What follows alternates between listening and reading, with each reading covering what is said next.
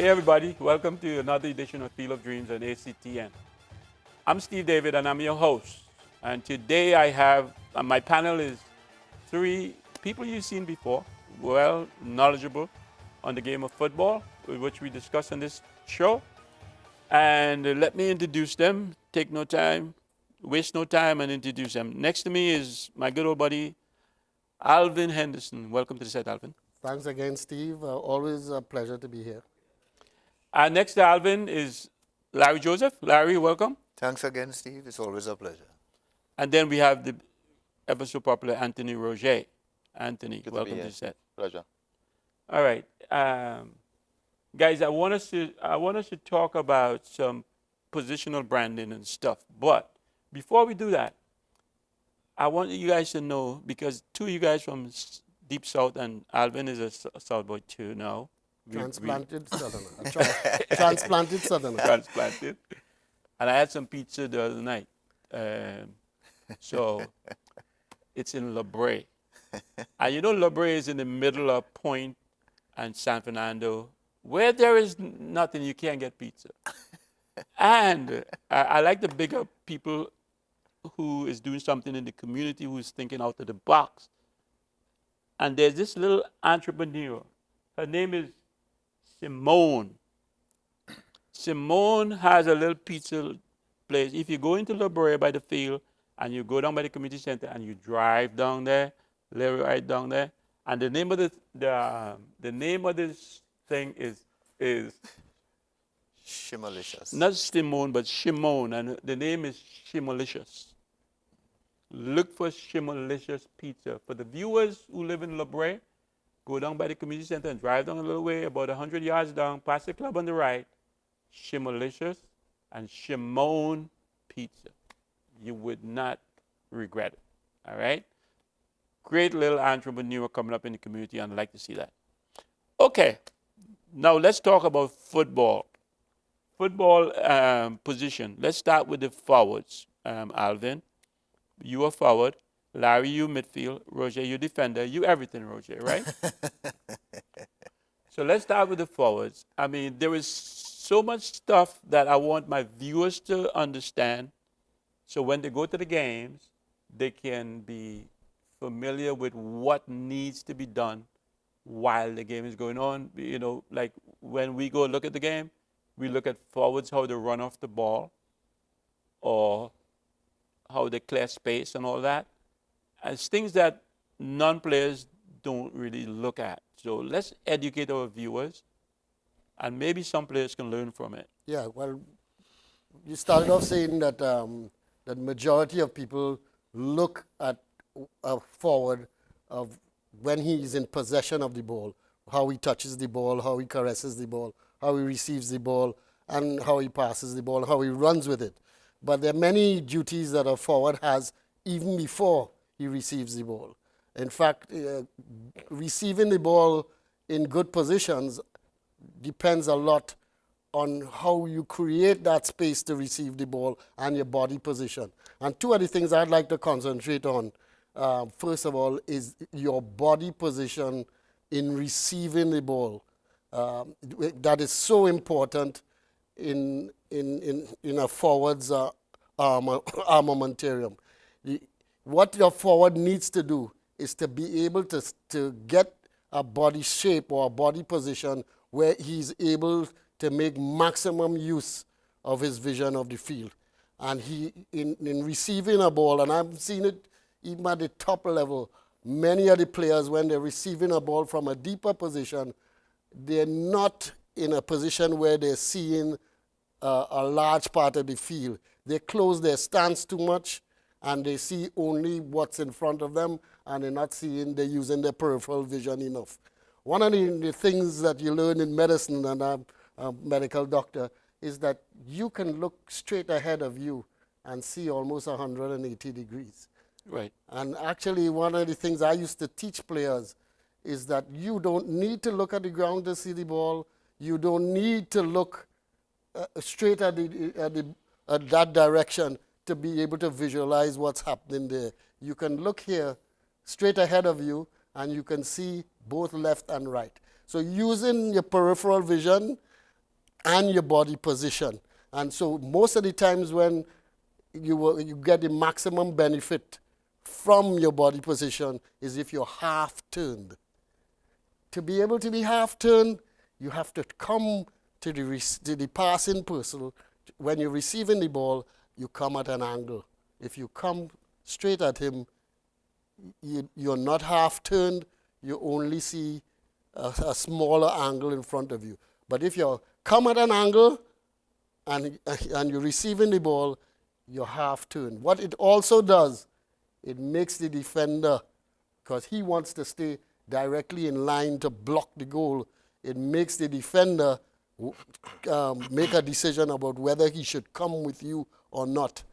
Because if he comes with you, he leaves a hole open for the ball to pass through. So one of the things is receiving the ball and body position. The other thing about body position is you want to have your body such that even if a player comes and challenges you, that you have received the ball and your body position is such that he is furthest away from the ball. All right, there's a lot we need to talk about, so let's come back. Let me bring Larry in because Larry, as a striker, I would like one touch. You a midfielder, and I'm sure when you working with your strikers, as long as I get one touch and you play the ball to me and I get one touch in the goal, is the best. I don't need 2 and 3. Strikers need to have good one touch. What do you like, or what do you see for strikers from the midfield position? Well, there could be a couple of scenarios as a midfielder. The play developing and you're going forward in attack. If in the transition of the game, it's like a counter-attack, then the game opens itself up as a midfielder, where there are more opportunities for a true pass, for a forward running on to try to finish, right? But if the game itself is in a slow build-up where the defensive team has its setup, its defensive setup, set up in such a way that the ball is now coming from my team in a pretty slow area, then as a midfielder, I would be looking to see if my forward is in a position where he is able to receive a pass from me to retain possession of the ball, right? So depending on how he is set up, I will know if my pass into him is one where he will be able to turn, or if he needs to play a 1-2 back to me or to another supporting midfielder. So it really does depend on the situation of the game. Also, for me, as a midfielder, I should know what type of strikers I am playing with. I have played with different types of strikers in front of me. Some of them who not very comfortable with the backs to goal. So I try as best as possible not to put them in that situation. If it means I have to retain possession within the midfield until something is created in terms of space for them, that's fine. Then there are those who are really strong with defenders on the back, and they don't mind a ball in where they could hold it up, right, to see if something else happens. So as a midfielder, it really depends on the transition of the game, what's in front of you, so that you'll know what may be the best pass to play at that time. Do you have a preference on the type of striker? One that can do both. Yeah, That would be my preference, one that can do both. Yeah, I mean, I have to agree with you, Doc, really, because the game in itself over 90 minutes throws so many scenarios at you that if you have a one-dimensional striker, then it means then that you have to actually get that situation during the game for him to become dangerous. And as you know, over the course of the game, it may not happen. But if you are a striker who can do both hold it up when that is necessary, and also when the opportunity arises for a true pass or a penetrative pass, he is now able to get on or latch on to that pass and score. So it makes your job easier because it gives you as a midfielder more options. As a midfielder, you love options. Personally, I always liked a forward who had a turn of speed. For me personally, I like a forward at turn of speed because I thought I had enough vision and creativity where I could put the ball into a space where he could get onto it, utilizing his space. And I've always had fast forwards in my time. So it kind of lent itself to me being that type of creative midfielder where I could put passes into them, usually behind the defense or even through stoppers where they could run onto. Let me bring Roger into it. Roger, you've seen it. You've been all over the world, and you've played all positions. So, give us your take on. From a perspective of, is the question about specific defending against this dynamic striker, or is it from a perspective of possession when the striker has, we have possession and I'm looking for the striker? From a defensive From the striker is on your team, not defense. You attack. So the thing is, the game today has changed a lot. And I'm 46, so I had a little bit of an opportunity to get a piece of each one of it. It has changed when I first started. Whenever I would have played defense, it was you were asked or required to be a specific defender. You had to be able to stop the opposition from getting an opportunity from scoring on your goal.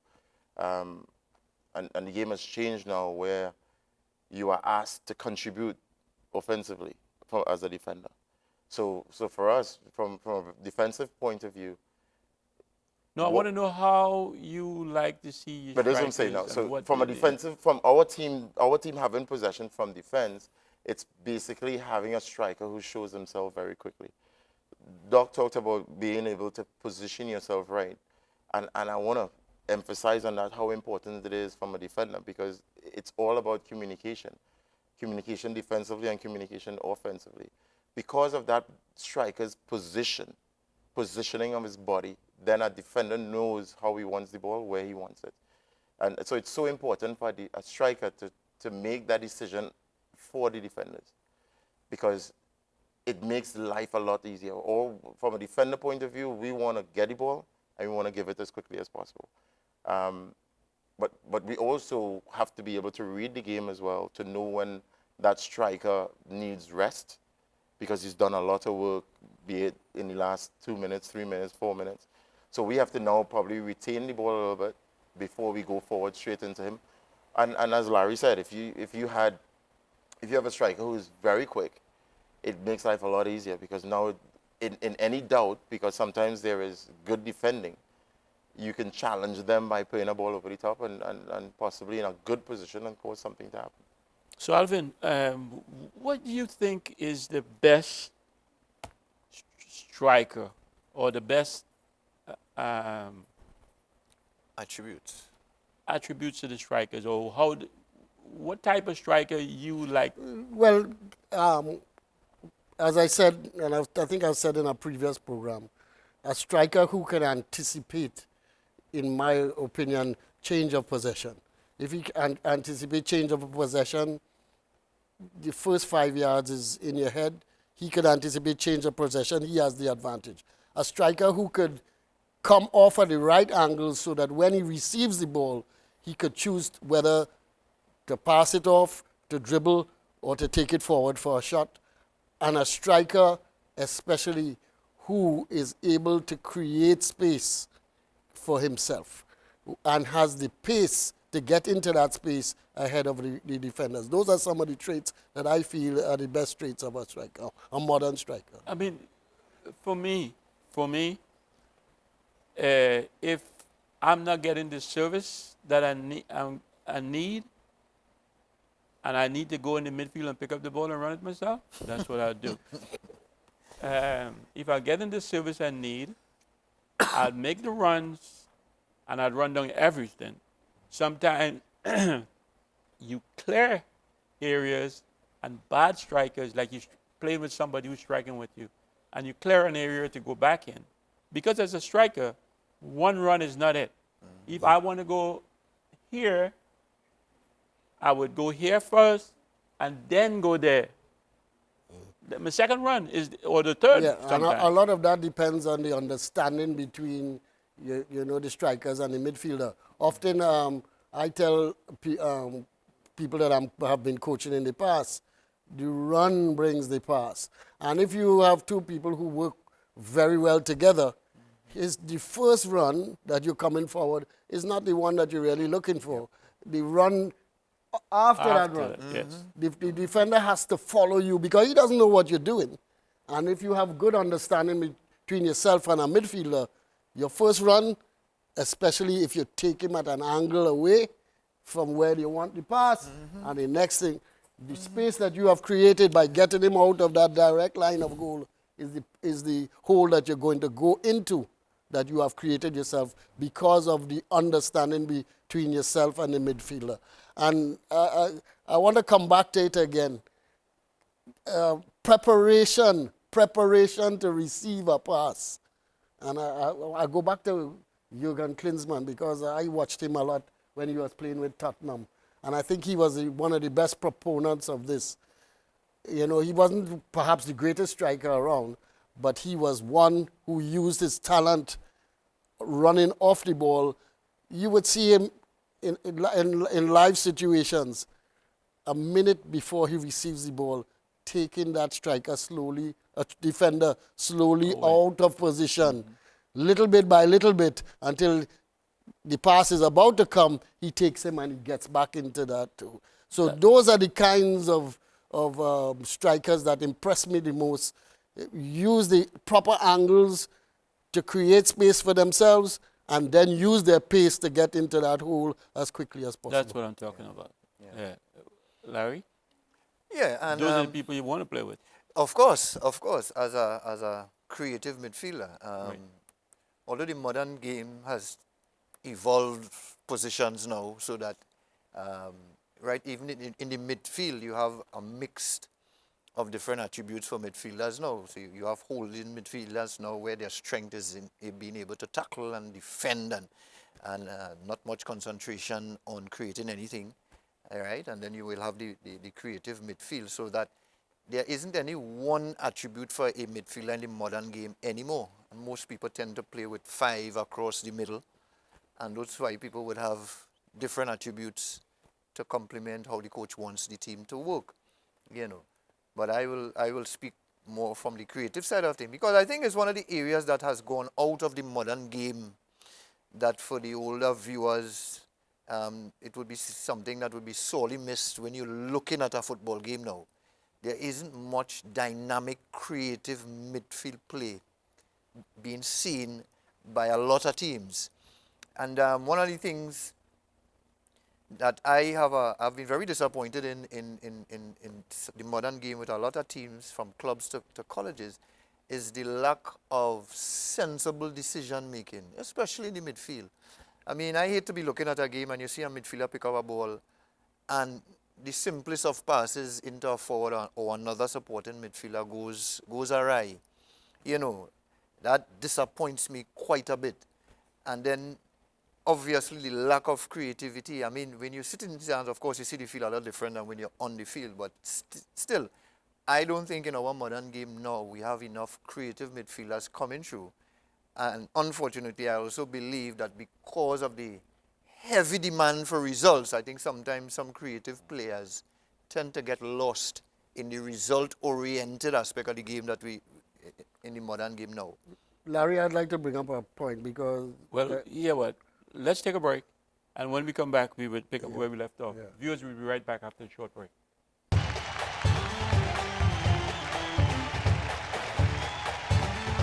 I think that's the problem. I think one of the issues we're having in modern day football, in countries like ours, we learn from watching television, and we tend to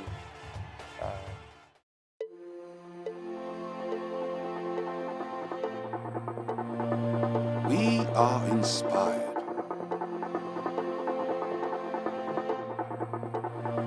We are practiced.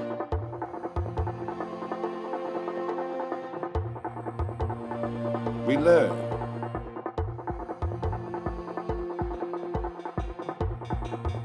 We have challenges. We are supported. We persevere. And we shine. This is our commitment to you.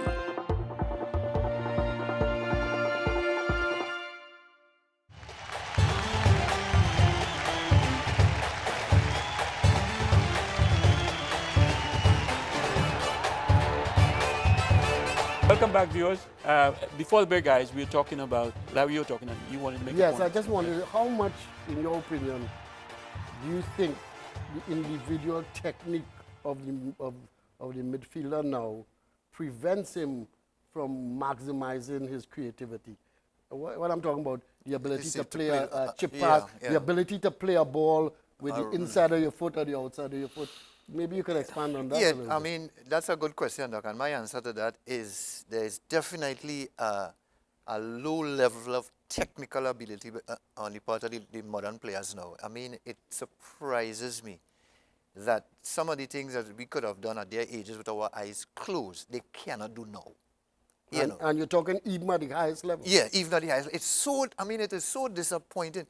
I mean, if you look at, I don't want to go with our national, but if you look at football at the national level, and to see the absence of some basic technical skills that players in our time had, I mean, as a second thought. It just came. I'm sure people did the homework, as the case may be, but there's an absence of that technical ability in the midfield to cause players to be creative. Because to be creative, you definitely have to have a high level of technical ability at your feet. You understand? The top players make it look very easy. But trust me, it's not that it's easy for them because of practice and their technical ability. And that is definitely sorely missing from a lot of the modern players now. Not just locally, but even at the international level. I looked at some of players. I'm a Liverpool fan, and I look at Henderson, who is England captain. And a lot of the plays, when it gets to him, breaks down because of the English way that they've been taught, you know. And it lacks creativity when it hits his feet. And when you have other players around him, more from the European countries and the South American countries, you just see a difference when the ball hits his feet as compared to the other players. And unfortunately, even at the local level, we see a lot of that. I mean, it is a fact that the local football now is at its lowest ebb at any stage of our history. And when you look at it, for me personally, as a former midfielder who likes to see creative play, when I don't see it and I see players lacking the technical ability, I'm very disappointed. And I could imagine the coaches who have to coach these guys. Half the team now is in the midfield. So now the midfield, we have 5 and 5, 10 people.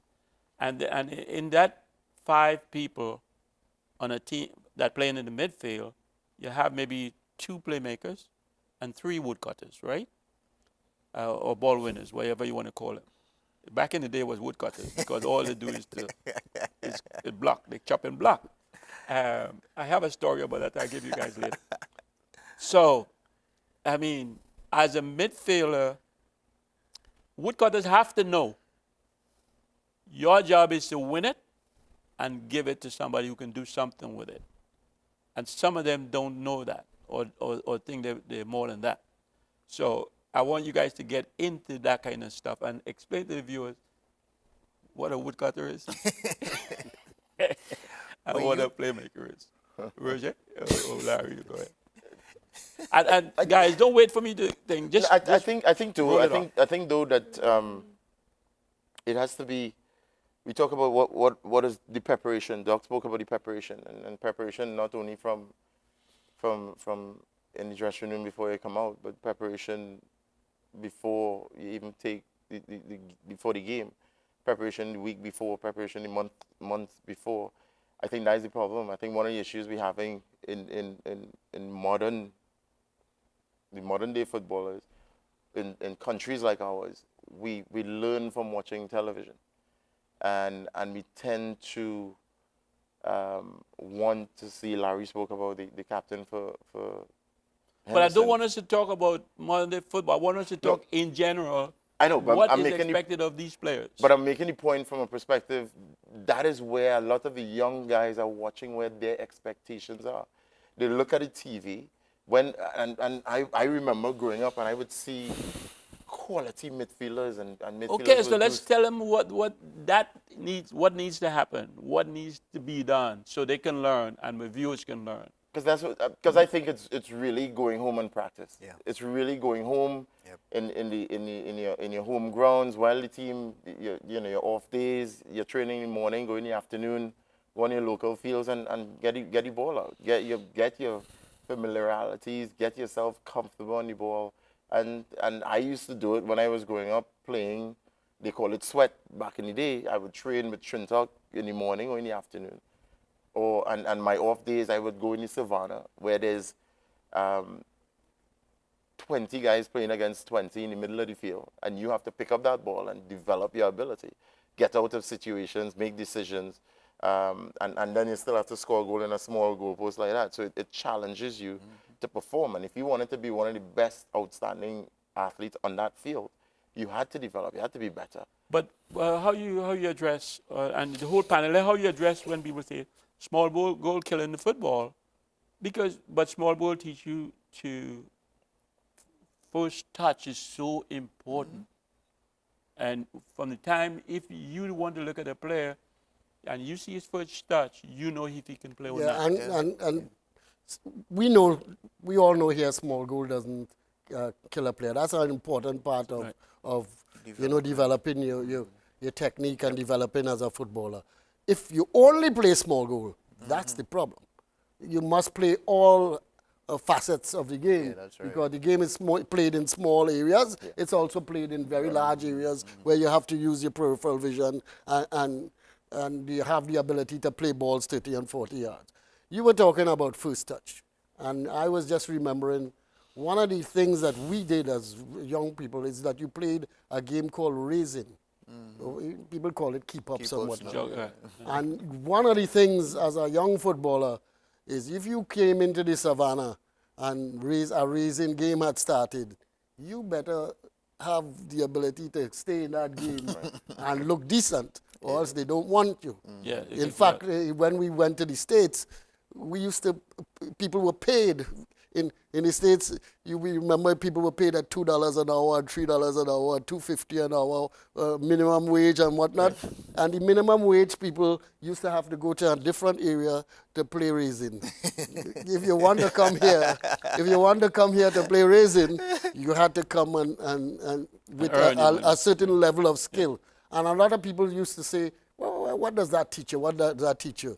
It teaches you touch. It gives you first touch, the ability to play with the ball and do what you want when the ball comes to you. Even trap it on your back, your neck.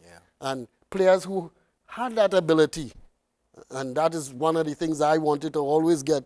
I had the ability to keep up a ball 1,000 times.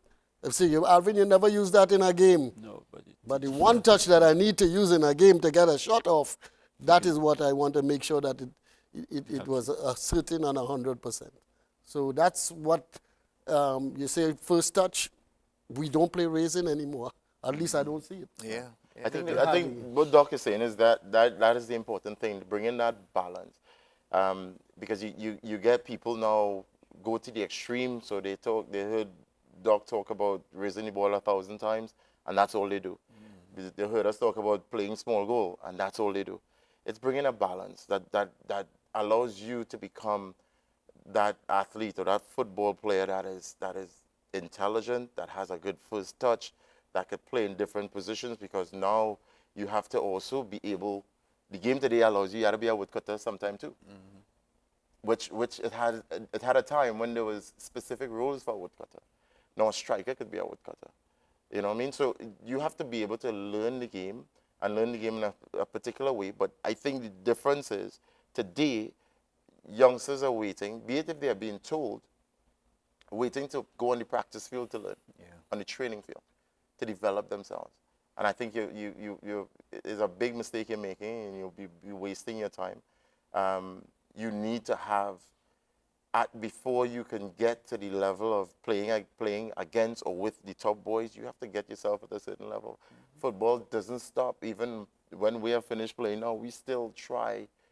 If we have for example, if we have a Fet Match game, I still try to take a jog before the game to prepare myself for the game that we're going to play. But we're talking preparation, and I want us to talk actual on the field tricks of the trade, if you want to put it that way. tricks of the trade that happens on the field and that viewers can look for, players can say, oh, that's not a bad idea. For like I said, if a midfielder or anybody go down the line, and I see them from the time you pass the right or left defender, you shouldn't be heading to the goal to the Or the flag. flag. You should be heading goal, into the goal. That's the angle you want. So you come in and I see somebody get close to the line. If Alvin is picking me up, I'm going this way with my eyes on him, and as soon as he's ready to pull that ball back, then I'm going that way towards the ball. You know what I'm saying?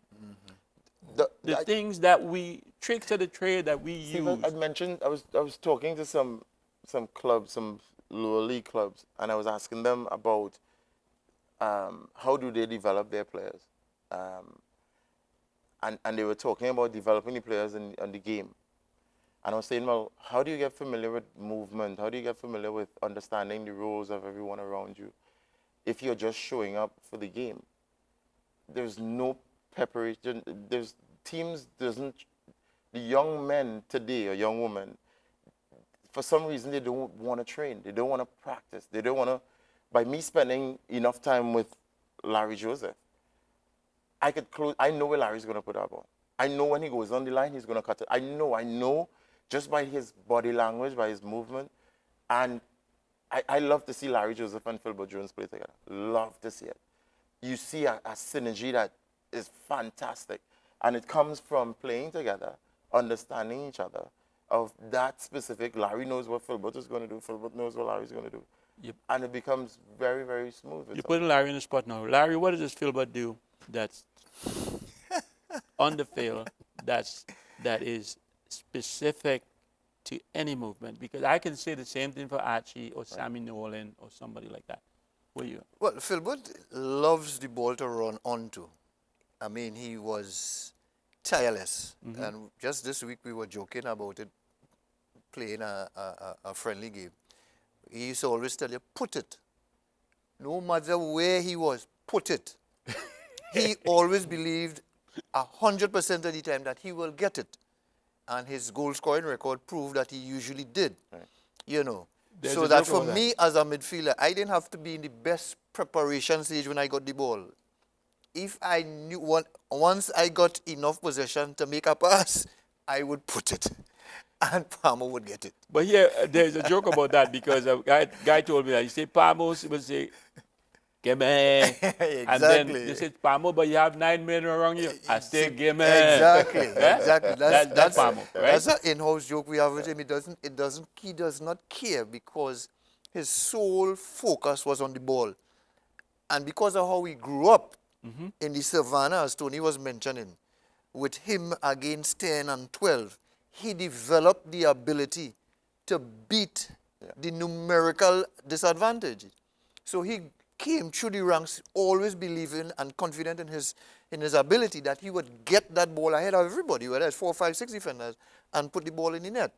You know, so before I'm finished, I don't want to go miss the point that Tony was making, which is something I'm almost certain holds for most of the local players here, in that they only train when the team trains. And I'm certain if you were to do a quick survey, you would get a high percentage of them saying, yes, the only time I train is when the team trains. And I know the difference with a lot of the older players and the modern players is that a lot of the older players used to put in time by themselves with the ball and on the field. And you could see the difference between the standards then and the standards now. I'd like to bring up something that I learned as a very young man from an excellent coach, Paul Young. When I first started off as a teenager, Paul Young came and he said, Henderson, come. And a lot of my runs at the time were what we call, he used the word tram, because they still had trams in the earlier days, but train line runs. Right. They were too straight. And he put 4 people to stand up, 4 defenders to stand up in the back line. And he brought a midfield player, Ian Bain, who was the midfield player. And he said, Henderson, run across the back run across the back of those defenders there, and I ran. And he had been put it through the first hole, through the second hole, through the third hole, through the fourth hole. And he showed you that when you make diagonal runs, your options have increased tenfold. Well, Right. fourfold in this case. Right. But when you make diagonal runs, and if you make a diagonal run and then reverse the diagonal run, you still get chances where you can play. And so I'm saying a number of people I see running off the ball these days, there are no diagonal runs coming from them. They run tram line or train line. And one thing for sure, I know as a striker, the ball always finds the hole. Yeah. So, if the box is as crowded as hell, and you go on your first run, your second run is into a hole in relation to where the ball is. Yeah. And guess what? Next thing you know, you pick up your head and the rock is in front of you to do whatever you want with it. So that's what I know Yeah. as a striker. You know something too? One of the things what used to bring confidence to the striker too is that scoring. Yeah. If you, wherever you play on the field, defense, goalkeeper, and you know you have a striker who scores, who enjoys putting that ball in the back of the net. I remember hearing someone said the other day that every time he picked up the ball, I worried, as a goalkeeper, sorry. Because no matter where he is on the field, it looks like he's going to score. He wants to shoot. A striker needs to have the ability to score goals. And I think that is also going away from the game as well. We are taking midfielders and preparing them to be strikers. We're taking Because there's only wingers one striker, one striker. So everybody wants to be. so we need to, But Tony, again, same as the midfielder, the better your technique is as a striker to kick with both feet yeah, and to head the ball yeah. and to dribble and to be able to Balance, yeah. pass the ball, Yeah. the Yeah. more goals you're going to be scoring. Yeah, I mean, we have to admit that the quality of players back in our days, which was almost taken for granted back in those days because it's like everybody just had those qualities, Right. you know. But now you have to go looking for it. And when you do find it, you just find part of it. And then you have to try to train or generate the other sides of it. And that, I believe, has contributed to spectators not coming to see games. Because the game is overcoached, I believed, right? Simply because of the demands of the modern game for results. And so most teams or most coaches set out not to lose first before they think about trying to win. So it doesn't make for a beautiful sight for a spectator, especially for someone who grew up on a certain standard of football, which inculcated excitement, good tackling, good shooting and dribbling, and everything that we would want in a perfect game. Jay, allow me to say, I went the other day to see Naparima play presentation, which is the big game. And it was amazing to see these two good coaches, expected good coaches. And the ball is playing only in front of both defenders. There is nothing trying, nobody's trying anything. Everybody's just pass. Okay, let's take a break. But when we come back, we're going to get into defensive part of the field, and so we can have a discussion. Viewers, we'll be right back after the short break.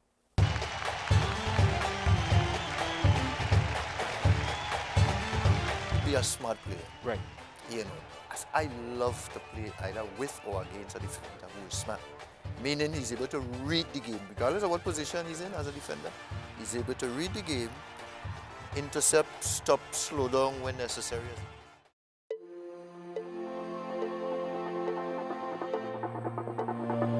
We are inspired.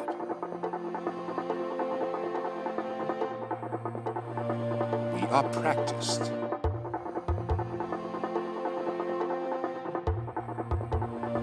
We learn.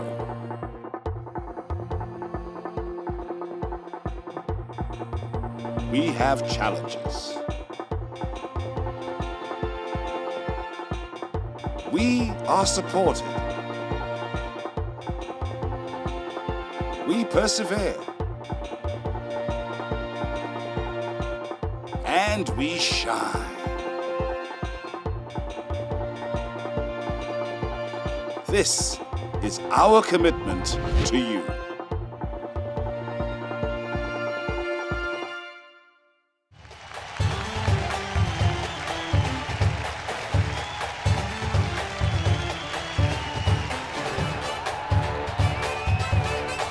Okay, viewers, welcome back. Roger, I cut you off saying something because we had to go on break. What was it you Yeah, were saying? the point is, Larry mentioned about encouraging spectators into the games, and spectators want to see goals. They want to see exciting football.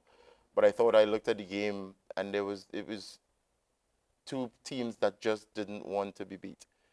Two teams, I mean, just being so careful.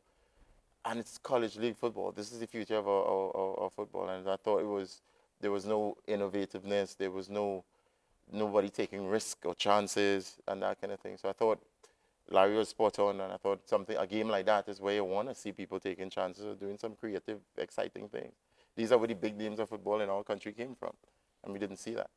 Okay, guys, let's do barbershop discussion on defense, because I love to hate defenders. And I love to spend my time, whatever side the ball is on, I'm on the opposite side, because I wanted the defender to be looking for me and looking at the ball at the same time. When I do get the ball, he's not there, because I am way ahead of him. So let's talk defenders and what makes a good defender or a bad defender, and so on and so on.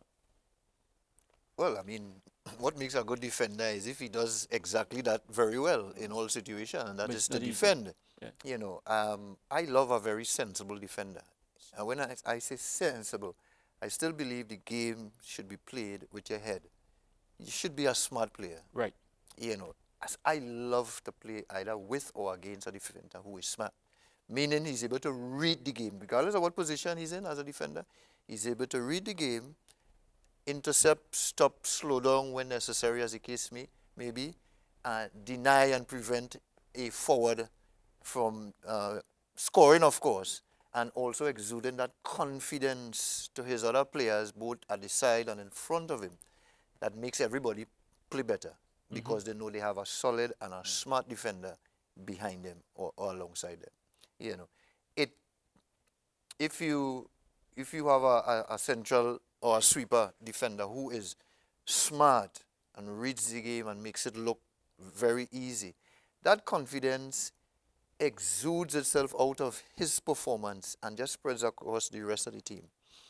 And it can cause an improved performance from a team just by his performance defensively. So what are some of those things, and for anybody on the panel, that you would look at something that they do that makes them, hey, they're a little bit ahead of the game, or ahead of everybody else? What kind of people, or who are those kind of people? Well, if I will just finish the point I was making, defenders like that, I'm expecting during the game, has the ability to intercept a pass that if it were to get through would create a better than average scoring opportunity for forward. And this defender intercepts this pass because of the ability to read the game, whether it's on the ground or in the air. A defender who is able, with a forward has a ball at his feet and is penetrating and dangerous, to make a timely tackle without fouling the forward. You know, so it prevents the forward from getting that chance at goal. A defender like that, you know, gives the rest of his teammates a lot of confidence during the game, which can cause themselves to, for their own standard, to raise, so you have an improved team performance. So that's the type of defender I'm talking about, and able to motivate his fellow players because of his performance. You know, that's the type of defender I'm talking about. Any name that you could example, or anybody you know? Well, Give me one, only one. I know one. just Stuart Charles played in his later years with me when he was going out, and still was a fantastic defender who exemplified all those things I just mentioned. Stuart Charles is... Stuart Charles Favia, who is now the coach of W Connection. Yeah, I played with him. I mean, a fantastic defender, great header on him, made the game look very easy, as if it was always practice, even in a competitive game. Was able to defend the ball, and he was also able to start an attack. Just last week, I heard somebody mention Akala Andrews. I never seen him, but they say that kid was so composed. You know who? You know him? I never met him because I was out of the country in that era. I didn't see him after I came back. I heard about him, but he didn't get the kind of acclaim if he was such a good player. He didn't get the kind of acclaim that lasted him.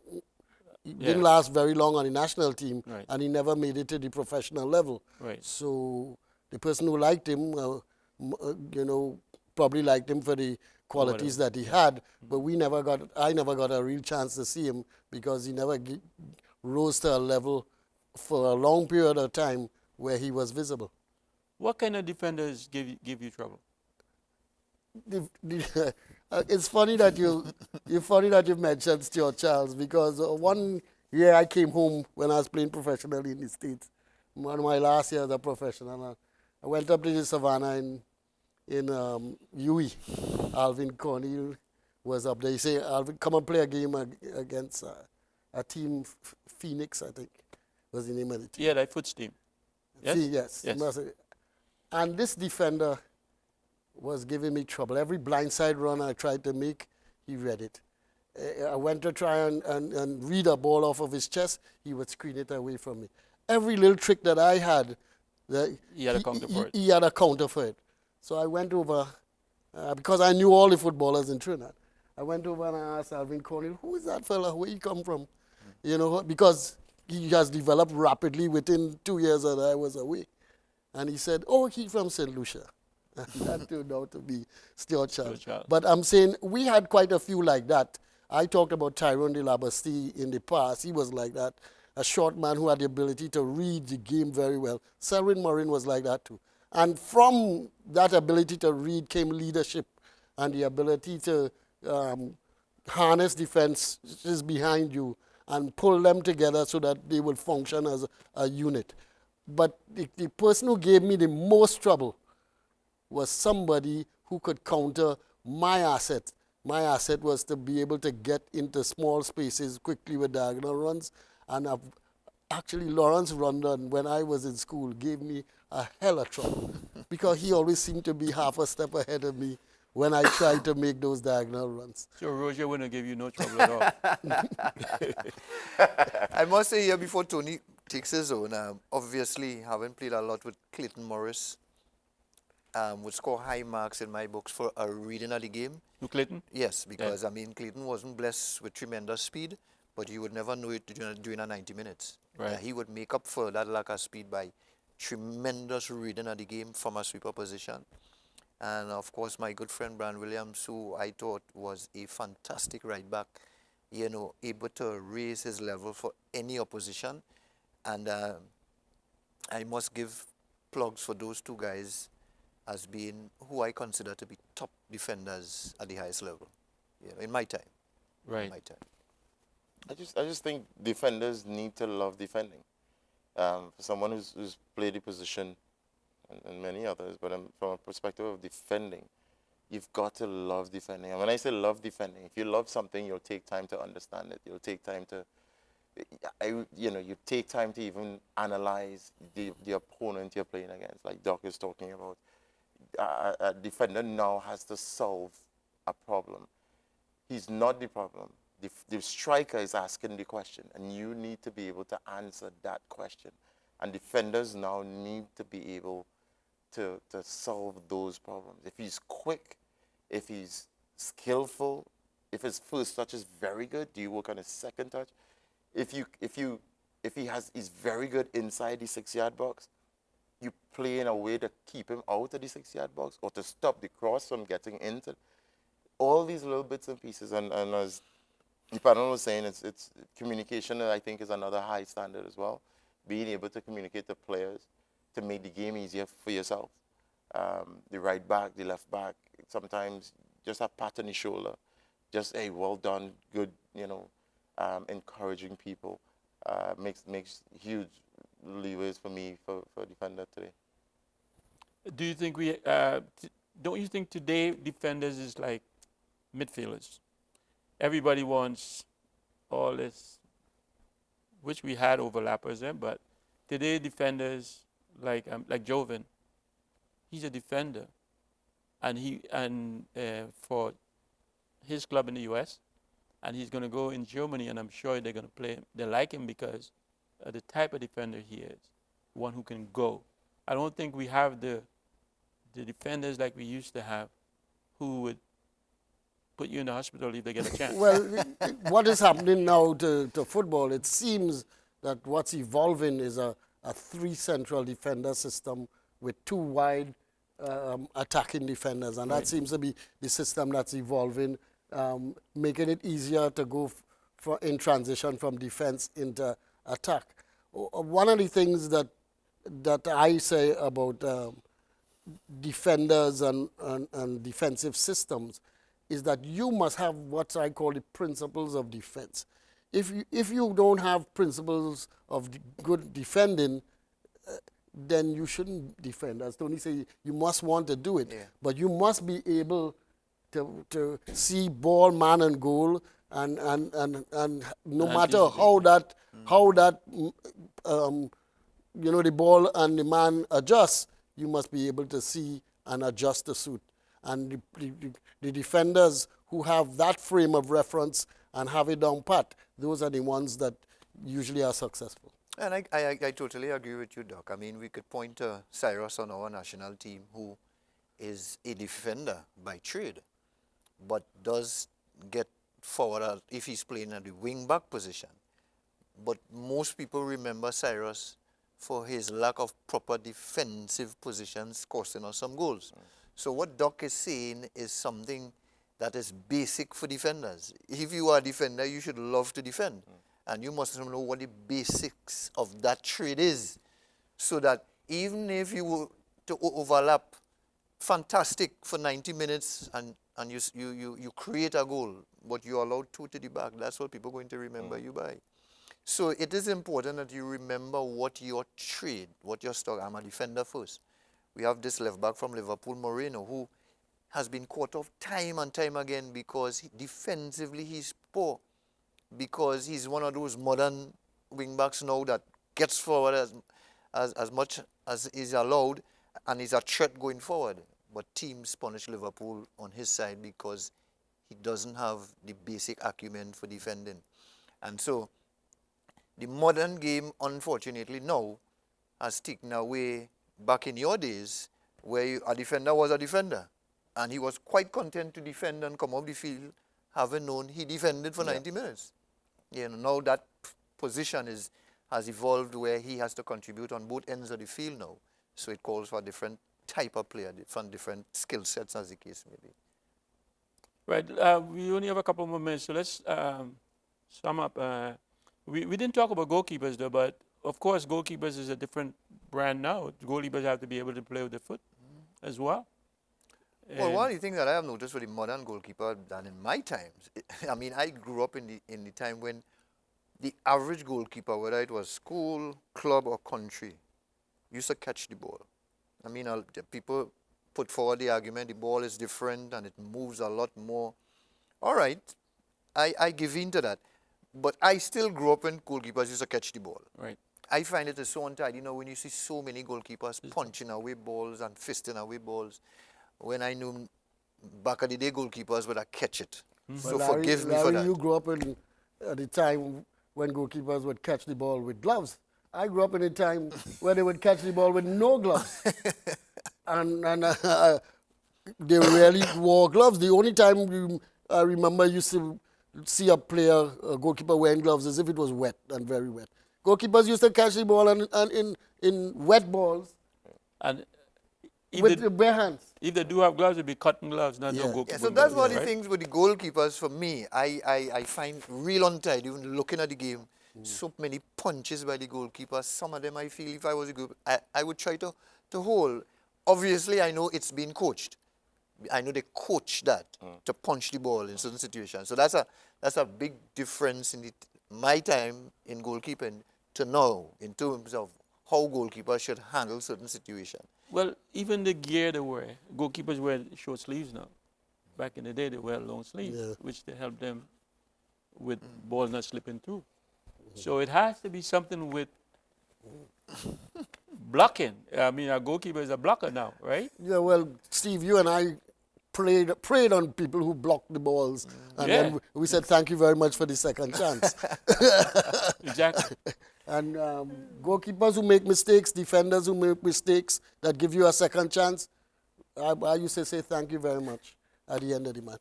I think that's the thing now too with the game today. There's so many changes now, and everybody has to be that special to create, to make themselves important too. So you wanna win the game. Strikers score the goals, but I think from a defensive point of view, you win the game. The percentile, a lot of coaches now, or the game now is being played on a percentile basis. You make the field tight in midfield, so it means that the people who have space on the field now, which back in the day used to be defenders, now it's goalkeepers. So the goalkeepers need to be able to play with their feet. Now we're talking about going away from two strikers. They're playing with one striker because they realize possession is not as normal as it does, so balls going long all the time. So it's a lot of changes. All right, guys. Thank you so much, panel, for your insight and in helping my viewers understand the game a little better, and maybe some players can learn from it. Appreciate you guys so much. Thank you. Welcome. To ACTN, thank you for giving us the opportunity. To our viewers, thank you for watching. We have a Facebook page, Field of Dreams. Facebook page, check us out, and we have an email address, fieldofdreamstt@gmail.com. You can drop us a line. The show's ended. Go in peace. My name is Steve David. I'll see you next Monday night.